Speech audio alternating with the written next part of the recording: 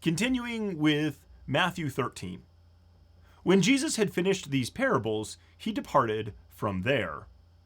Okay, so what's he been talking about? Remember, he's been doing a whole bunch of parables about the kingdom of God. Okay, coming into his own country, he taught them in their synagogue so that they were astonished and said, "Where did this man get this wisdom and these mighty works?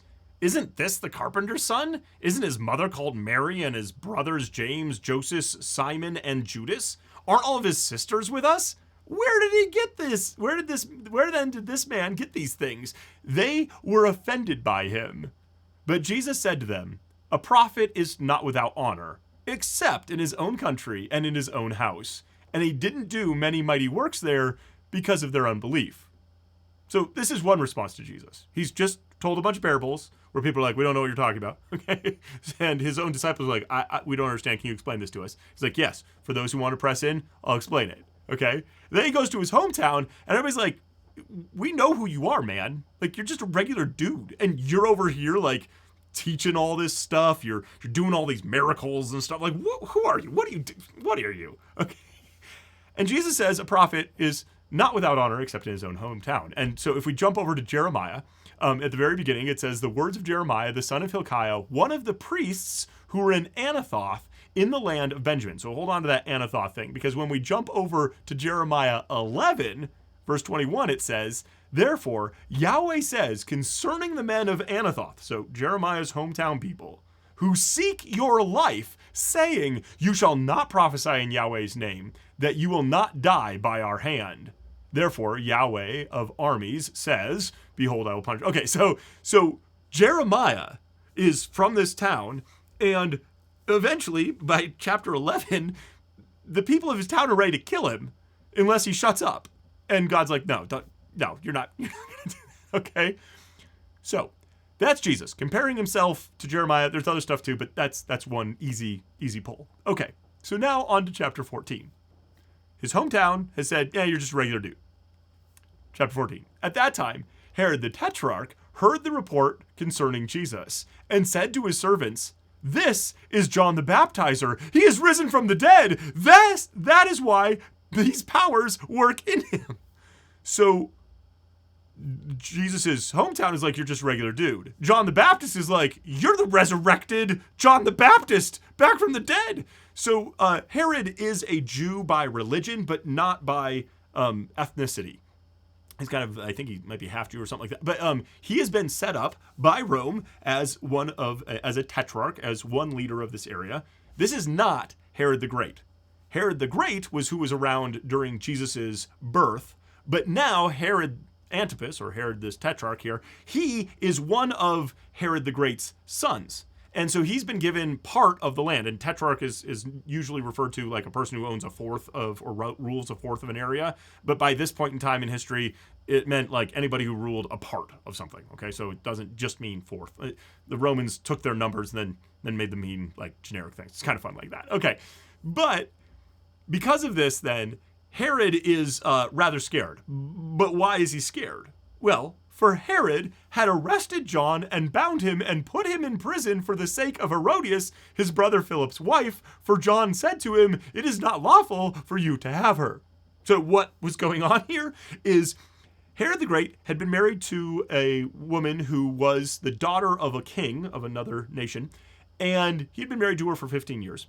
And then he goes to his brother Philip's house, and this is not the brother Philip who was another ruler, another tetrarch, but instead this is a civilian Philip. And he goes into the house, and he sees his brother Philip's wife, and his brother Philip's wife, Herodias, sees him, and they're like, "Ooh." And Herodias goes to Herod and says, "Let's divorce our spouses so we can get married." And Herod's like, "Okay." So he divorces his wife of 15 years to marry his brother's ex-wife. And John the Baptist is like, that's not okay, like, on any front. Like, no, you don't get to do that. I mean, you can because you're a ruler, but like, no, you don't get to do that. That's totally unlawful. This is also politically problematic because Herod's ex-wife's dad was like, it's not cool the way you treated my daughter. So he actually wages war against Herod, and Herod loses. So John the Baptist, going in and saying this isn't okay, also potentially brings political problems as well. Okay, so that's all going on here with this. When he would have put him to death, he feared the multitude because they counted him as a prophet. So Herod's like, I really want to get rid of this guy because he's causing problems, especially because all these people, this multitude of people, follow him. And so if he was to say, hey, this guy shouldn't be in charge, like Herod legitimately is concerned about his rule. But he can't kill him because if he does that, then people are going to revolt. So Herod's like, this is a big pain. Okay, I don't like this. But when Herod's birthday came, the daughter of Herodias danced among them and pleased Herod. Therefore, he promised with an oath to give her whatever she should ask. So Herod is celebrating his birthday, which is like a Greek thing to do. It, I guess, is not a Jewish thing to do, but it's a Greek thing to do. So he's having a party for his birthday, and it's this drunken, licentious thing. And the daughter of Herodias, who, and again, it says she's a girl, so she's like 12, 14 maybe. Okay, she comes and dances and pleases Herod. So yeah, we can bet that this was like a sexual dance. And so he's like, ooh, yeah, and he's drunk. And he's like, I'll give you whatever you want. That was awesome. And so she goes to her mother, who wasn't there because the genders were split during parties, right? And so Herodias wasn't even there to see this dance. And she goes, okay? So she, being prompted by her mother, said, give me here on a platter the head of John the Baptizer. So this girl, I guess her name's Salome, she goes to her mom and is like, what should I ask for? And her mom's like, let's get the head of John the Baptist on a platter. 12, 14-year-old girl. So she asks for this. And the king was grieved, but for the sake of his oaths and for those who sat at the table with him, he commanded it to be given. And he sent and beheaded John in prison. His head was brought on a platter and given to the young lady, and she brought it to her mother. Wow. The disciples came, took the body, and buried it. Then they went and told Jesus. Okay, so all of this is background for Herod thinks that Jesus is John the Baptist who's back from the dead because he is guilty. He feels guilty because he had him beheaded because of this like drunken orgy, like crazy stuff that's going on, okay? And now Jesus hears about it. Now when Jesus heard this, that his cousin had just been beheaded, okay, he withdrew from there in a boat to a deserted place apart. When the multitudes heard it, they followed him on foot from the city. So Jesus is like, I need to go process for a little bit. I need to go grieve. And the crowds are like, whoa, Jesus is on the move. Let's go. Okay. Jesus went out and he saw a great multitude. He had compassion on them and healed their sick. So Jesus' response is not like, hey, everybody, get out of here. He's like, okay, you guys are in need, right? That's Jesus. Okay. When evening had come, his disciples came to him saying, this place is deserted and the hour is already late. Send the multitudes away that they may go into the villages and buy themselves food. But Jesus said to them, they don't need to go away. You give them something to eat. And they told him, we only have here 5 loaves and 2 fish. So Jesus has been doing ministry, and then his disciples come and say, hey, let's get them to go get dinner and like let's have some downtime. And Jesus is like, no, they don't need to go away. You feed them.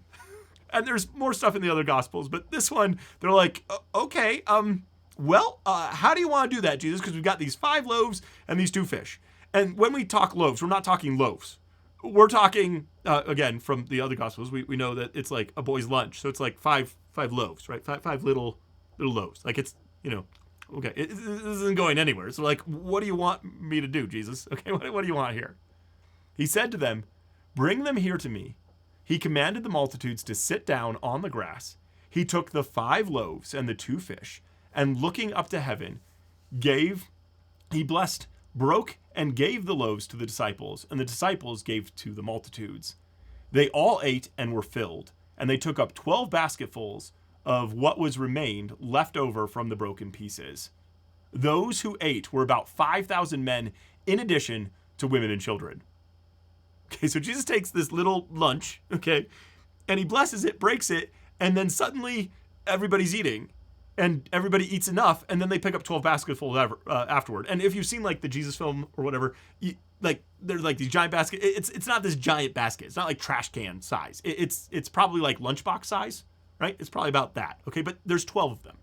Okay, feeding 5,000 men as well as women and children. So what? 10, 12, 15,000 people potentially with this. I mean, like that's huge. Okay, I want to pause though for a second and talk about numbers. And this is going to be important, especially when we get to the next chapter. So bear with me here. Okay, so Luke and other gospel writers are using these numbers intentionally, and they're using them to mean something. Okay, so we have 5,000. Okay, we've got 5 fish, 5 loaves, 2 fish. Okay, so 5 is often associated with the Pentateuch, or the 5 books of Moses. Okay, so Genesis, Exodus, Leviticus, Numbers, Deuteronomy. All right, so 5 is like very Jewish text. Okay, then you got the 2, which also is a Jewish thing, like the 2 tablets. Okay, all right, and then of course they pick up 12 basketfuls, and 12 is the number of tribes in Israel. Hence why also Jesus has 12 disciples. He's pulling on this too. Okay, and so this feeding of 5,000, again, the Pentateuch, the 5 books of Moses, and then 1,000 is 10, 10, 10, which is like complete, like it's everybody. And so what this miraculous story is telling us, in addition to Jesus can multiply and provide and all that kind of stuff, is that Jesus specifically can provide for all Israel. That is the kind of numerological, the numbers message behind what's happening.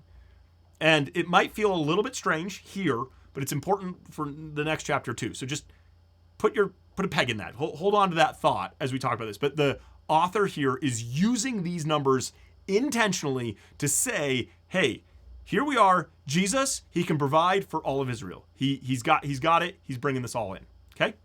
All right. Now, immediately, Jesus made the disciples get into the boat and go ahead of him to the other side while he sent the multitudes away. So everybody eats, and then he's like, okay, guys, go. Get in the boat. Go. And he's like, I'm gonna release the crowd. Okay? After he'd sent the multitudes away, after he'd fed them, okay, he went up on the mountain by himself to pray. He's finally getting that downtime. And when evening had come, he was there alone. So evening was already coming, or had already come. Like there's this weird time thing going on here. Like what exactly? Okay, evening's coming. It's already here. Now evening's come. He's alone after he's fed them. All this kind of stuff. There's some interesting time stuff going on there. Okay. But the boat was now in the middle of the sea, distressed by the waves, for the wind was contrary. In the 4th watch of the night, Jesus came to them walking on the sea. Okay, so we've already talked about how the Sea of Galilee is really low, and so it's below sea level, and there's the little mountains, and so the wind can, like, storms can come up and kind of swamp over it, and so it's pushing against them, and so they're not making headway. They've been going all night. They've been rowing, okay, and now it says in the 4th watch of the night, all right, which is like 3 to 6 a.m., okay, they divide up the night from 6 p.m. to 6 a.m., okay, into 4 different watches. The Jews don't, but the Romans do, okay? So the 4th watch, okay? And Jesus comes walking on the sea. And this version of the Bible actually has Job 8 or Job 9:8 in here. And so let's go read that real quick, because this is important, right? As a kid, you always hear about Jesus walking on water. It's like this thing, right? So what is this? Okay.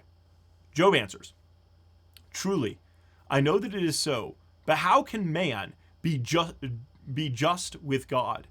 If he is pleased to contend with him, he can't answer him 1 time in 1,000. God is wise in heart and mighty in strength. Who has hardened himself against him and prospered?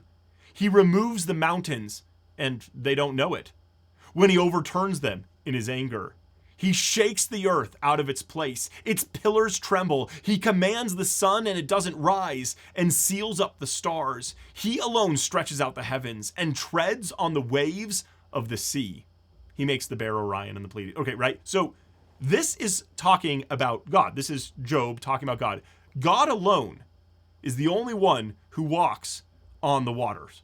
Okay, and we've talked before about how the sea is associated with like chaos, right? And so back even in creation with, the waters, and God is able to separate out and make